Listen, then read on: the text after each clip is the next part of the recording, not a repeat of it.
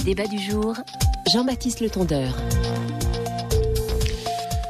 Bonsoir à tous, c'est une certitude, le 11 février restera dans l'histoire de la religion catholique. Il y a tout juste 155 ans, la Vierge Marie apparaissait à Bernadette Soubirous.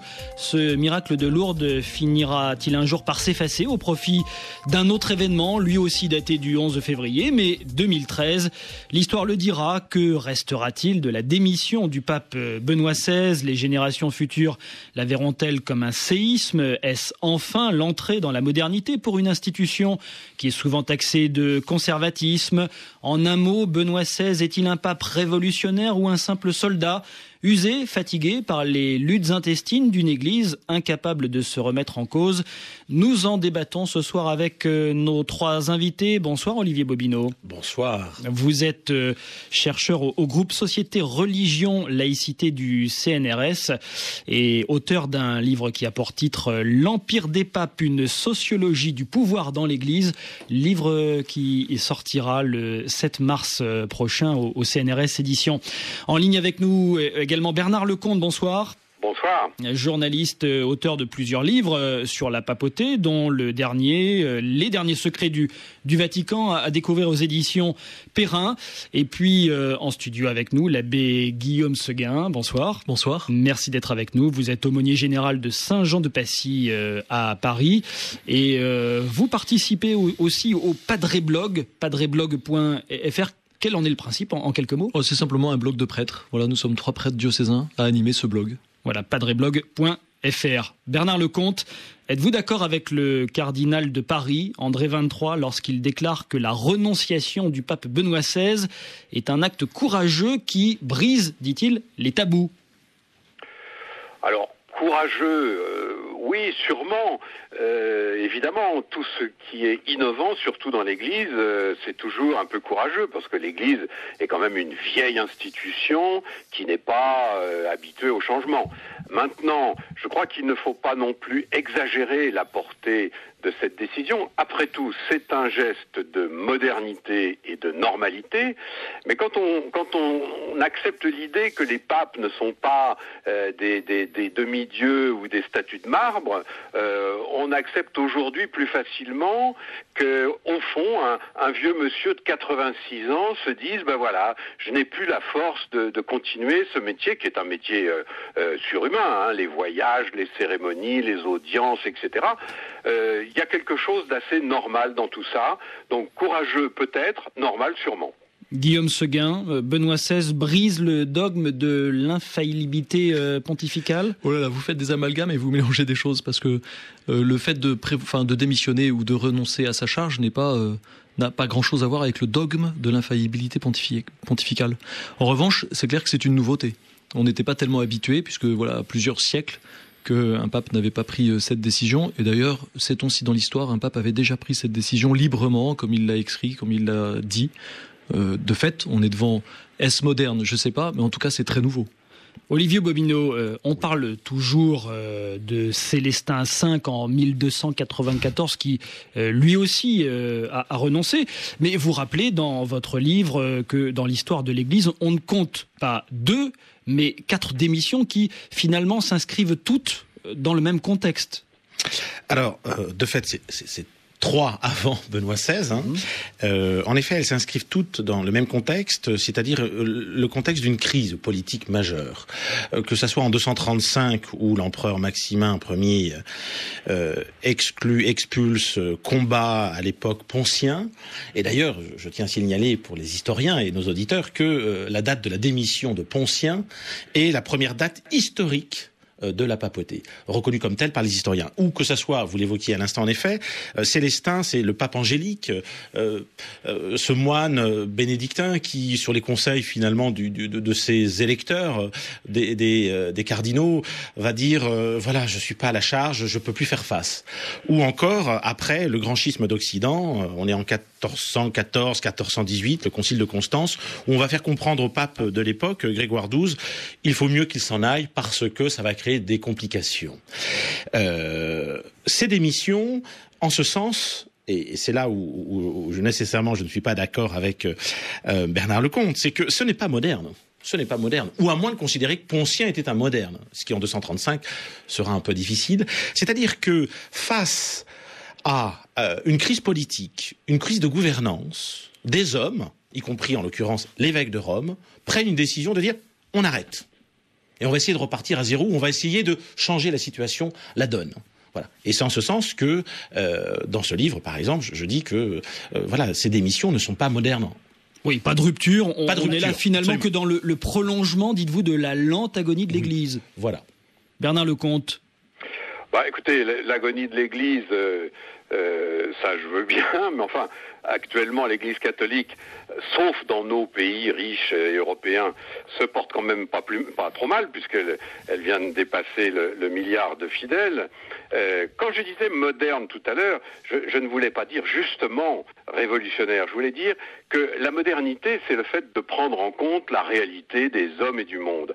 Il y a eu d'autres cas où le pape avait prévu sa démission, ou en tout cas l'avait envisagé. Il faut se rappeler, Pie VII, quand il est venu rencontrer Napoléon à Paris, avait laissé dans un tiroir à Rome une démission en blanc au cas où tout simplement il serait empêché de revenir.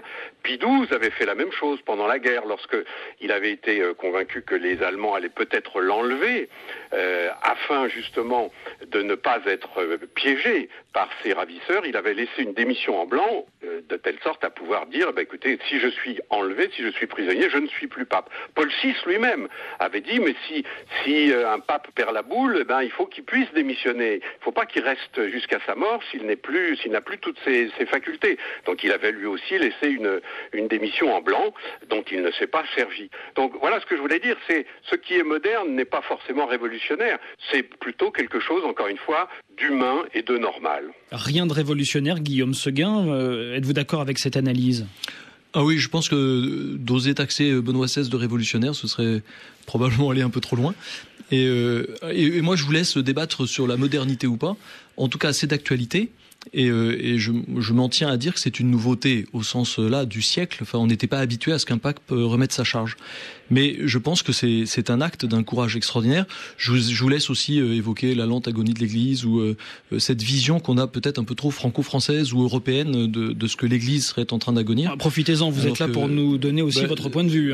C'est-à-dire que mon point de vue, il est d'abord d'un prêtre et puis d'un homme de terrain. Et quand on regarde l'Église pour ce qu'elle est catholique, c'est-à-dire universelle, on s'aperçoit que quand même dans le monde entier, elle se porte plutôt très bien. On traverse une crise de l'Église, mais de société, avant que ce soit une crise de l'Église en Europe, voilà, dans nos vieux continents dits chrétiens. Mais sinon, quand vous regardez ailleurs, il y a quand même des signes de bonne santé. Bref, toujours est-il que ce choix du pape actuel est quand même quelque chose d'assez extraordinaire. De par son humilité et puis la surprise avec laquelle, lundi, devant les cardinaux, il annonce qu'il renonce à sa charge en raison de sa santé. Olivier Bobineau. Oui, je partage absolument l'avis de mes deux prédécesseurs, en précisant que quand j'emploie le terme d'agonie, c'est uniquement pour le catholicisme romain dans les sociétés occidentales, c'est-à-dire des sociétés qui connaissent l'individualisation, qui connaissent le libéralisme. Autrement dit, un système d'autonomisation des individus et des consciences. Et quand le catholicisme romain, lui, est fondé par une pyramide, selon une pyramide hiérarchique, avec l'évêque de Rome en haut, au sommet. Un système très centralisé, finalement. Avec un système très centralisé. Mais où, et c'est important, la légitimité vient d'en haut. Est vrai et légitime ce qui vient d'en haut, par l'intermédiaire y compris du magistère romain, qui est, rappelons-le, vicaire du Christ, depuis 485, mais aussi vicaire de Dieu, pour reprendre Innocent III, en 1214. Eh bien, quand cette légitimité vient d'en haut et qu'elle rencontre le fondement moral des sociétés modernes, où la légitimité vient d'en bas. Elle vient des individus qui discutent, qui débattent, qui délibèrent entre eux. Il y a ce que j'appelle un choc. Un déphasage, si je comprends bien, entre l'institution et l'individu. C'est bien cela ? En effet, l'institution catholique romaine, centralisée et qui procède uniquement par le haut et par un droit canon, je rappelle le canon par exemple 331, qui dit que le pouvoir suprême ordinaire, plénier et souverain et universel relève du vicaire du Christ, qui est l'évêque de Rome. Et donc ça... Qui est une notion, excusez-moi, et c'est intéressant ce point-là dans votre livre, la notion de pape finalement, elle est assez récente. Oui, elle est assez récente, c'est-à-dire qu'on a retrouvé des documents où encore au 8e, 9e siècle, on appelle l'évêque de Marseille le pape. Bon, ça mettra du temps si vous voulez. à s'imposer ainsi, surtout auprès des orientaux qui ont toujours refusé cette dénomination propre ou à un moment donné que l'évêque de Rome a voulu monopoliser.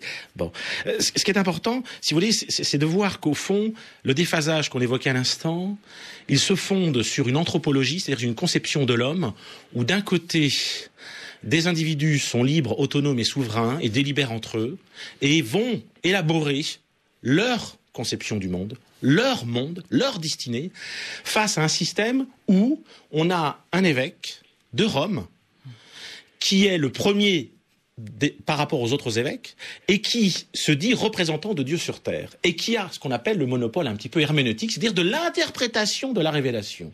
Là, véritablement, et on voit, et d'ailleurs, Bernard Lecomte est d'accord avec ça, il suffit de voir les troupes, il suffit de voir les cadres, et les crises, y compris des vocations, dans les sociétés européennes individuelles. Ce qui n'est pas le cas dans les autres sociétés non modernes. Bernard Lecomte, comment expliquez-vous que le pouvoir de l'Église, et notamment du pape, n'ait cessé de se renforcer à mesure que les sociétés, elles, se sécularisaient et se détachaient le politique du religieux ? Si vous voulez, il y a un problème, si vous ouvrez un vaste débat là, il y a un problème d'abord démographique, si vous voulez. On ne peut plus considérer que l'Europe est le centre du monde à partir du moment où l'Europe tout entière, dans quelques années, ne sera plus que 8% de la population du monde. Donc il faut arrêter de juger les choses par rapport à cette petite Europe dans laquelle nous sommes. Bien sûr, c'est notre pays, notre histoire, notre culture, notre société, mais enfin, le monde tourne sans nous. Et notamment, plus de 80% des catholiques, plus de 80% de la catholicité habitent aujourd'hui dans l'hémisphère sud. Donc les réponses aux questions, il faut aller quand même les chercher plutôt au Brésil, en Amérique latine, en Afrique noire, au Nigeria ou aux Philippines et en Asie, plutôt que dans les petites églises de ma Bourgogne où j'habite, qui effectivement, à part quelques fois et assez rarement le dimanche matin, sont aujourd'hui tout à fait vides. Ça n'est évidemment pas en Europe qu'il faut chercher l'avenir de l'Église. Donc les sociétés se sécularisent. Malgré tout, Olivier Bobineau, vous reconnaissez que l'Église représente aujourd'hui le plus long exercice du pouvoir dans l'histoire de l'humanité. Quel sens faut-il donner à ce constat finalement ? C'est une des questions d'ailleurs que je débattais avec l'un des responsables de l'international trotskiste qui me disait « Mais monsieur le sociologue, est-ce que vous pouvez nous donner une des clés pour comprendre le fait que cette institution est passée tous les âges et à l'échelle universelle, c'est-à-dire présente dans tous les pays du monde ?» Je crois que là, malgré tout, on a affaire à un système, je parle d'un empire, je parle de l'empereur de la loi, de l'empereur de la foi. Je crois qu'on a affaire à un système qui aujourd'hui se confronte à la modernité, c'est-à-dire à cette capacité à segmenter les choses, à couper les choses, ce qu'on appelle la culture de séparation chez les philosophes, c'est-à-dire séparation des individus, séparation des familles, séparation par exemple du politique et du religieux, séparation de l'Église et de l'État. Bien. Alors que le système catholique, depuis son berceau, se fonde sur l'intégration, sur la globalité, sur l'englobant. Bien. C'est bien la première fois que le catholicisme romain se confronte à cela. Et je crois, pour confirmer encore ce qu'on a dit, c'est que on va à un moment donné avoir un déplacement et un décentrement du catholicisme, y compris d'un point de vue théologique. Ce qui ne veut pas dire d'ailleurs qu'on a affaire à des progressistes. Je pense que certaines personnes qui envisagent d'être évêques de Rome sont certainement plus conservateurs que l'était Jean-Paul II ou encore Benoît XVI. Mais voilà, parenthèse fermée. Nous allons là avoir une phase nouvelle et assez étonnante pour les historiens et les sociologues, je pense, du catholicisme. Comment va-t-il gérer son développement en Afrique, en Asie, en Amérique du Sud, et comment va-t-il faire face à son repli dans les sociétés modernes européennes occidentales ? Donc plus d'autonomie, plus de décentralisation, c'est bien cela ?